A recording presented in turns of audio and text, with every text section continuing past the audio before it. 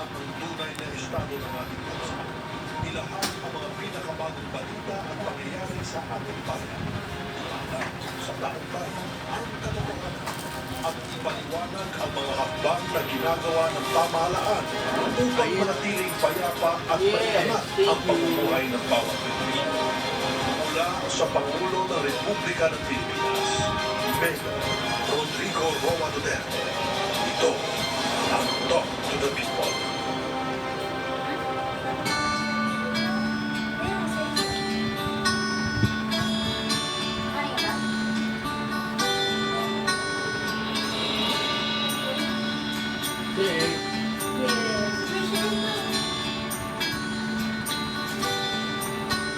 Magandang umaga sa inyong lahat, mga kababayan ko.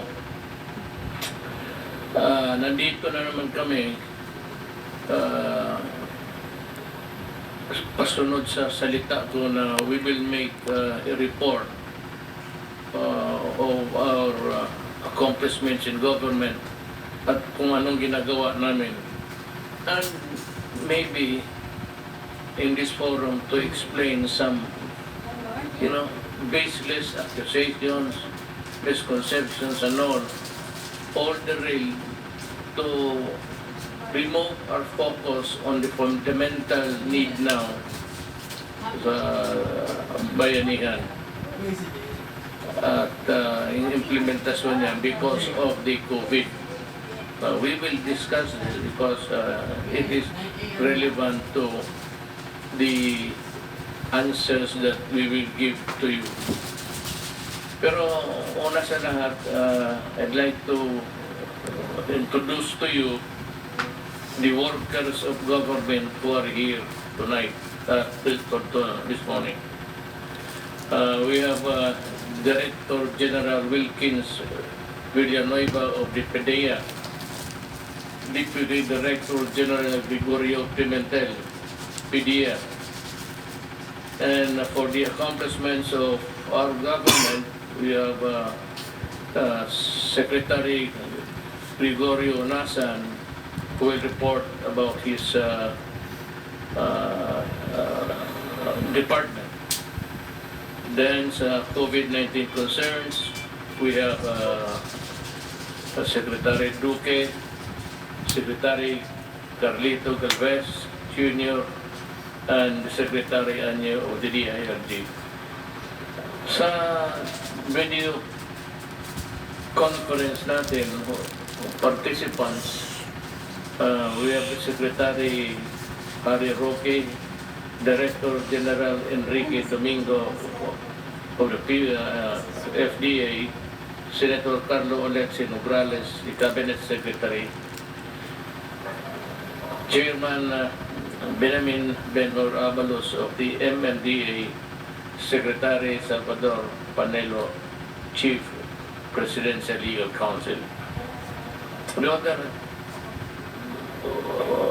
officials or workers were here, Secretary Medaldia, Senator Bongo, Secretary Minardo Guevara of the Department of Justice, and Secretary Vivencio Dizon, the National Task Force COVID-19 Deputy Chief Implementer.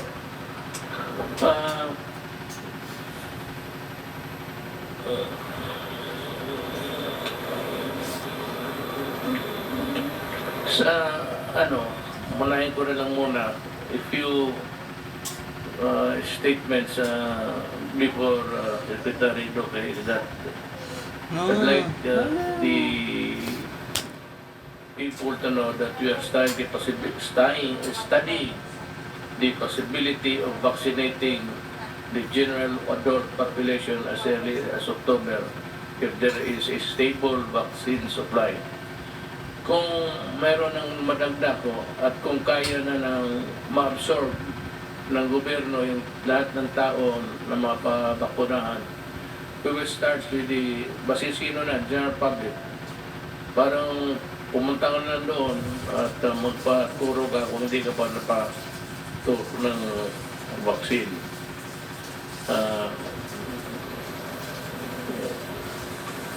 Ang aming dito is always we have to keep equity in mind na dapat unahin na natin ang walang-wala at mga mahirap.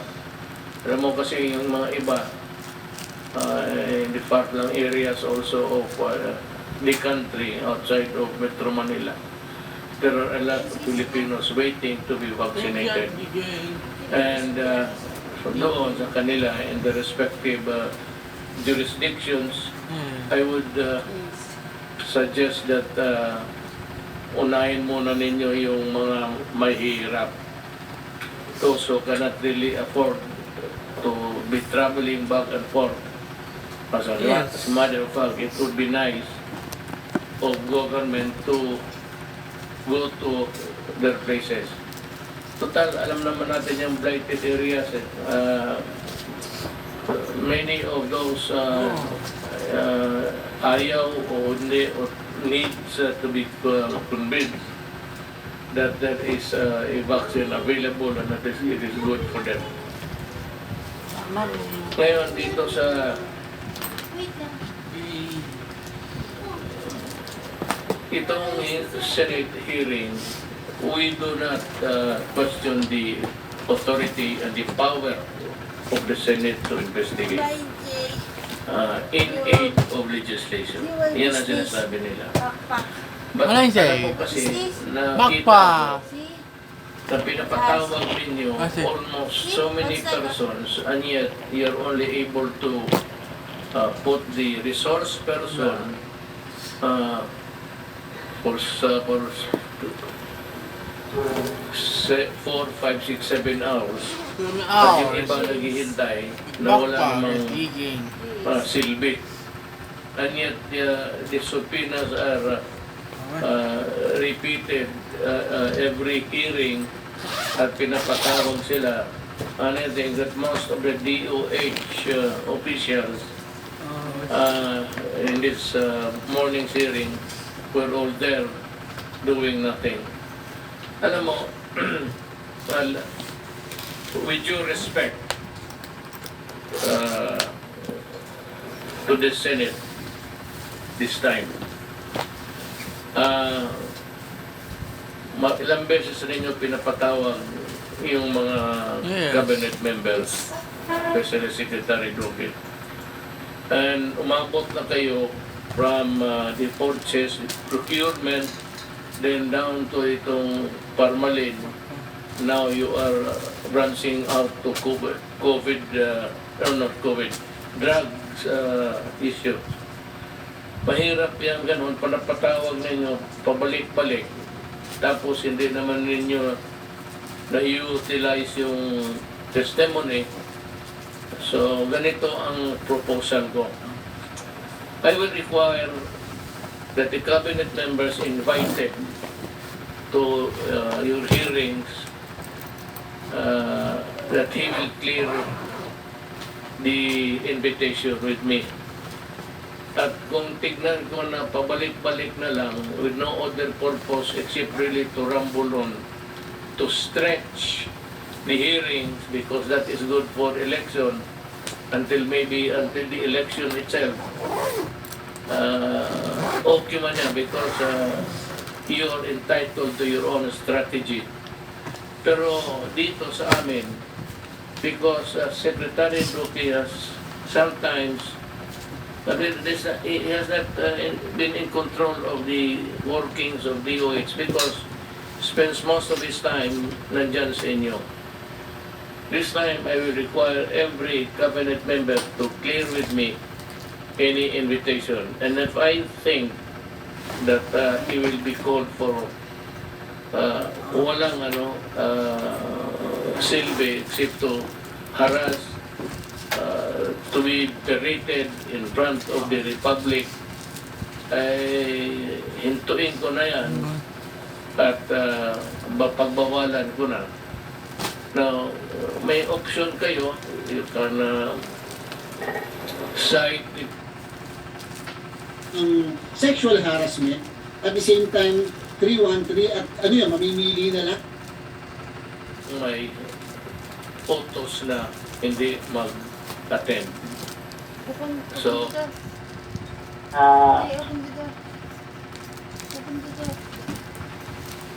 President, clearly there is an abuse of authority there or exceeding the authority of the Thank you, reasonable Mami. time that Congress conducts a hearing. I will limit you to what you can do with the executive department of the government. Dito sa executive department, I am the head. So I would say, kung gusto ko na nakita kong reasonable, go. Especially if it is really pursuant to the truth na hinahanap ninyo. Maganda yan. And I would suggest that you do it diretso-diretso. Sagasaan na ninyo yung sagasaan, yung parmalin, pwede na nyo watak-watakin yan. You do what you want. Kasi kami dito tapos na. I use the Bayanihan 1. Isa Bayanihan 1, kayo ang nagbigay ng authority ng Executive Department even to disregard the procurement law. Kayo mismo nandyan sa... Tapos ngayon, sabi nyo, you can take whatever measures for the fastest delivery of the things that we need. So yun ang ginagawa namin.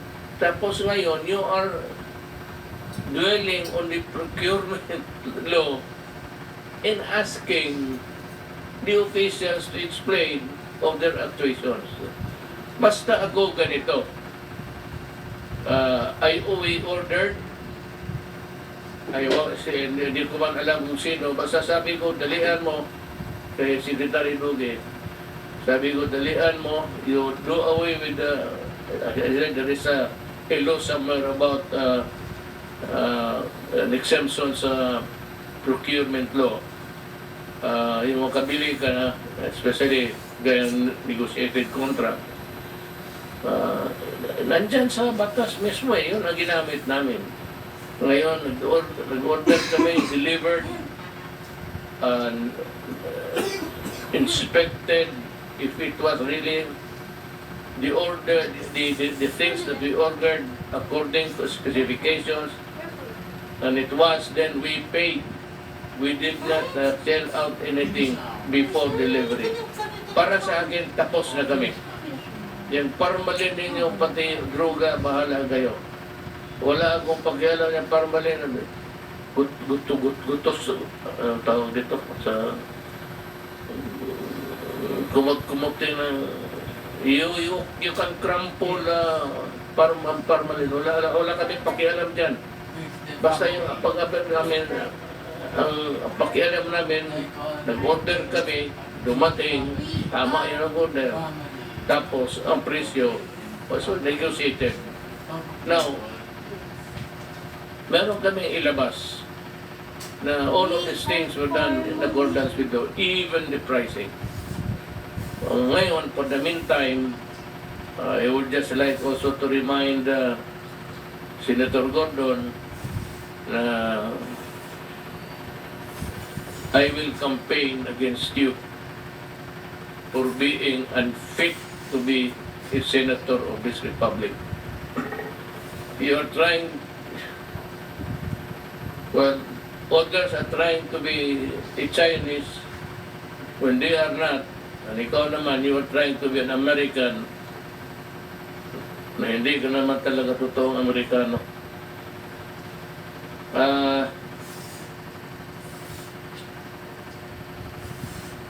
Every time that there is a committee hearing, you subpoena more than 100 resource persons and witnesses.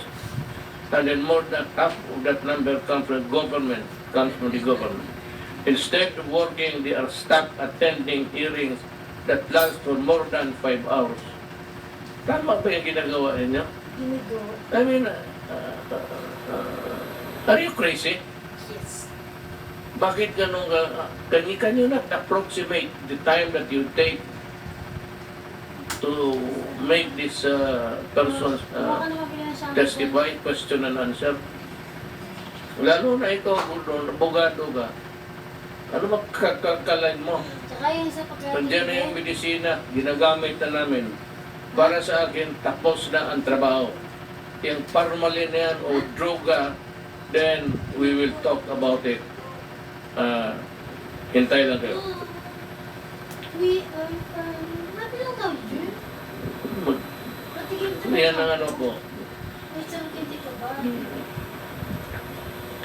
It's a waste of time.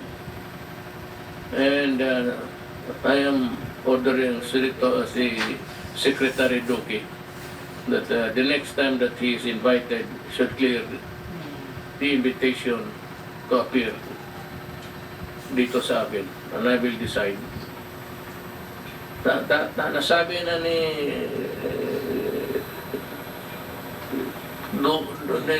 Secretary Duque yung kaya niyang, ano pa ba ang gusto nila, pati yung kaluluwa ninyo atake. At totoo pa isa pa. I am surprised that one of the resource person, ang tragedy is that you are listening to him. And I do not understand why the Senate is listening to it is the person of Asierto. Asierto was dismissed by the Ombudsman twice. First, for his role in the obvious 100 million peso deal with Werpat.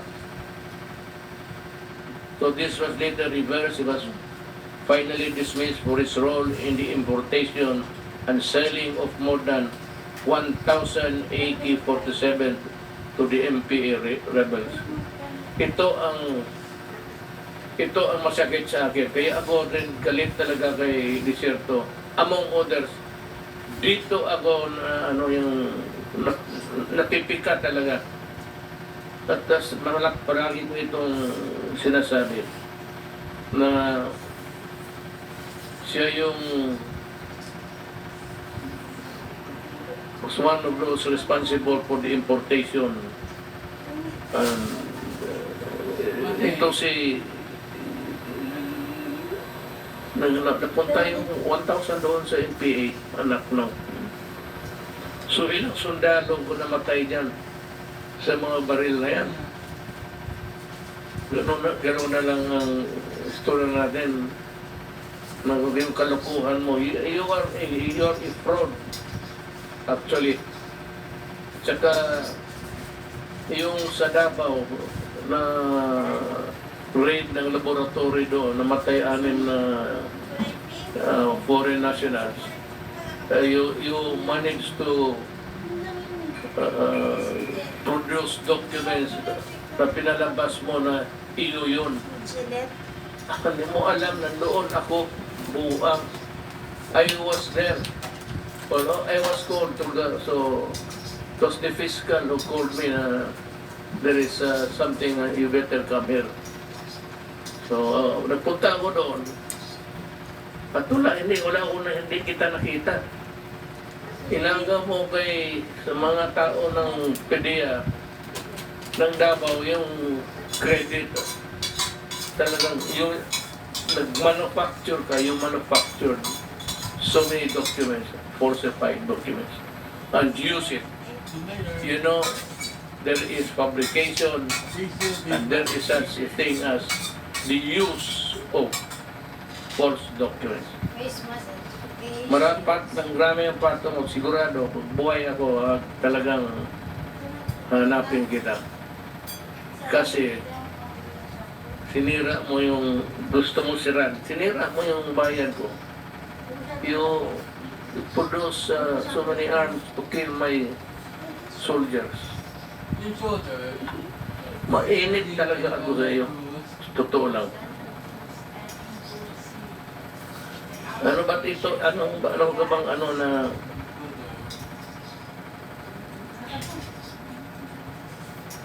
bang yung gusto mo talagang ito naman siyang Senate.